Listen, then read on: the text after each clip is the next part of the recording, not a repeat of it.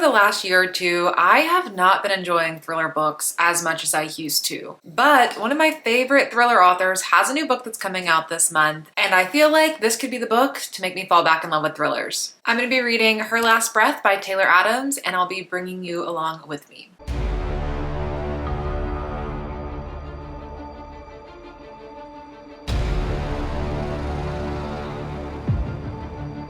I have read 2 other novels from Taylor Adams in the past. No Exit was the first book I read from Taylor Adams, and I absolutely loved it. Immediate 5 stars. It was just so gripping and fast-paced and exciting. And then when I read the second book from him, The Last Word, I had the same experience. I loved it. 5 stars. That one in particular was especially over the top, which I really like in thrillers. Both of these books had high stakes. They kept me really invested in the story. They made me fly through the pages. Those are the sorts of experiences I'm looking for in thriller books, and if anyone can do it, I think it's going to be Taylor Adams. So I'm going to be seeing if he can go 3 for 3 with me on getting another 5-star read. And if he does, that's definitely going to be proof that I should go back and read Hairpin Bridge, because that's the only book of his I haven't read. I don't think he has anything else outside of that, and for some reason I just never picked that up. People didn't seem to love it as much, so I just didn't prioritize it as much. But if he gets 3 5-stars from me, then I'm definitely gonna have to read his other book. So let's get into it.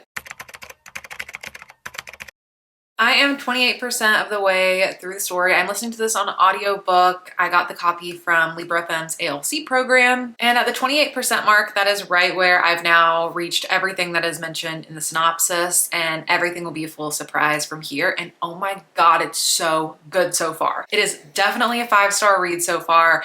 It has pulled me in so immediately. I have been feeling anxious while listening to this book. It is making me feel claustrophobic. It is doing all the things. It is amazing. In the story, you're following 2 best friends, Tess and Allie. Allie is a famous travel influencer. Tess is like a shy, anxious legal assistant who has always been sort of jealous of Allie, and Allie invites her to go on this caving adventure with her. This is something that Allie does a lot, and she wants Tess to come and explore the cave with her. Tess agrees, and you're just jumping right in to the story of them going caving. Almost immediately, they run into this man named Jacob, who introduces himself, and he says that he's working with this company who comes and checks for this fungus in the caves, and so he's going to be checking that out. And he is really weird. He gives off weird vibes. He's like, do you want me to be your tour guide? I'm happy to hang out with you guys. Just getting increasingly weird. He ends up calling Tess baby girl, and Allie like stands up for them and tells him to get lost. And then the whole time they're exploring the cave, they just feel this like lingering presence. They feel like he's maybe following them. They hear things, they see things, and that is all going to bubble into an incident. And then you are also reading a future timeline where a detective is talking to Tess about what happened in the cave. And Tess is recounting her story to the detective. The story's done a really good job so far of giving this atmosphere of dread and extreme claustrophobia. I am so uncomfortable listening to this. Like, I am scared. 1, small tight spaces. 2, the idea of a cave, horrifying to me in general. 3, a man in a cave. Worst case scenario. This is kind of like the personification of the would you choose a man or a bear? And in this case, there's a man and it's in a cave and it's terrifying. It's also really effective because you know some things about the future and you're like inching towards that and seeing what's gonna happen. What just happened in the chapter I just finished surprised me. I didn't think that's what we were building to. And so I'm hooked. I'm like, let's go. I cannot wait to see where the story goes now that we've got all the groundwork laid. There's also been a lot of character development started to be hinted at between these friends and the weird dynamic between them. There's a little bit of like obsession and jealousy going on, which I always find interesting to explore in particularly books about female friendship. I'm nervous. I'm scared. I love feeling this way in a book though. Like it's really pulled me in. I'm so immersed. It's so good. I just got a little over halfway through the story. I'm at the 56% mark, and I was thinking, okay, I'm about halfway through. I need to do an update. I was feeling some things. I was like, oh, I don't know. Maybe it is kind of dragging in the middle. Maybe the story's not going to go the most exciting place. And then I just finished this chapter at the 56% mark, and I said, holy shit, audibly. I was like, oh my God. My cat is pushing my camera. I have been speculating what I thought might be going on. I had some ideas because I mostly think it's really interesting to reveal, this is a survival thriller, to reveal that the main character survives, right? Because you're hearing her recount her story to this detective after surviving this event, which is a very interesting choice because part of the survival thriller tension is, will they survive? And you know she will survive. So I was like, okay, there's got to be some kind of major twist coming. Hey, can you stop eating my camera? Thank you. That would explain that choice. And oh boy, did it just come. But it is not what I expected at all. I had like 2 or 3 different theories, and it's kind of tied like in general to the way I thought it would go, but like did not see this one coming. Big surprise. Love being surprised. I am still having such a good time. And now I'm like, wow, where's it gonna go from here? This is like the perfect experience you want with a thriller.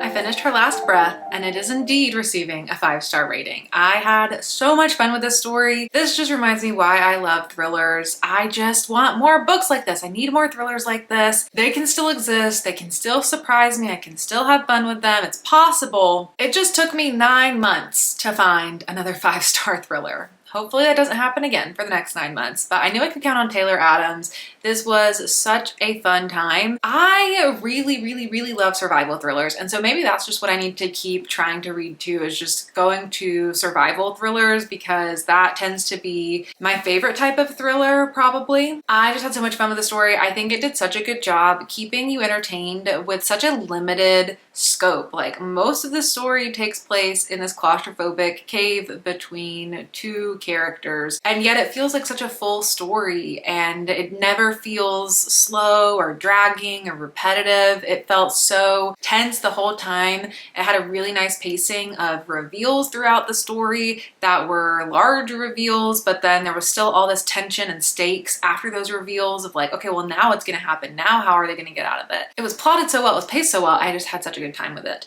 There were 2 things that I didn't love at the end, both tying to the representation of women, and this is written by a man, and I think all of Taylor Adams' main characters have been women, and I don't remember ever feeling like this about anything before, but I also don't have the best memory with specific details. But at the end of this one, there were 2 things that I didn't love. One, it's kind of big, and then one was just a small moment. It wasn't enough to knock the rating down for me because I did just really love the book, but worth noting that there were some things that I'm like, oh, I would have maybe suggested not doing that particular thing, or like trying to veer out of a certain stereotype. But all in all, the book was so much fun. It's really clever. In some ways, I did see like the main twist coming. I just didn't think it was going to be done in that way. Like, I had a certain idea of like, well, maybe this thing is what's going on, but it did that, but in a different way, and like in a darker way that still surprised me, which was great. And I'm just so happy to have another new thriller that I can recommend. This book is not out yet. It's coming out in the middle of February, so I don't want to go into any spoilers or anything because it's not out for the general public yet. But if you have similar thriller tastes to me, if you've liked thrillers from Taylor Adams before, if you like survival thrillers, I highly recommend checking this one out, getting it on your radar, getting your library holds in, getting your pre-orders in. This one was definitely worth reading. I'm trying to think how this one would compare to the other 2 Taylor Adams stories I've read,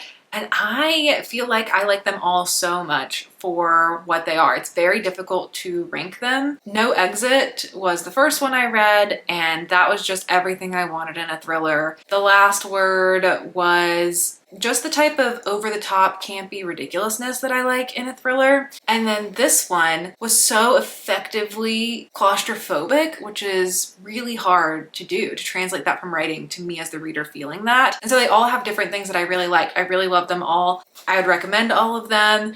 I really don't think you can have a bad time with these books. And now I definitely do need to read Hairpin Bridge. Let me know down in the comments below if I convinced you to pick this book up. If you happen to have gotten a chance to read it early, let me know what you thought of it as well. Or you can let me know what your favorite Taylor Adams book is if you've read several of his books. That's it for me. Thank you so much for watching, and I'll see you all in my next video. Bye.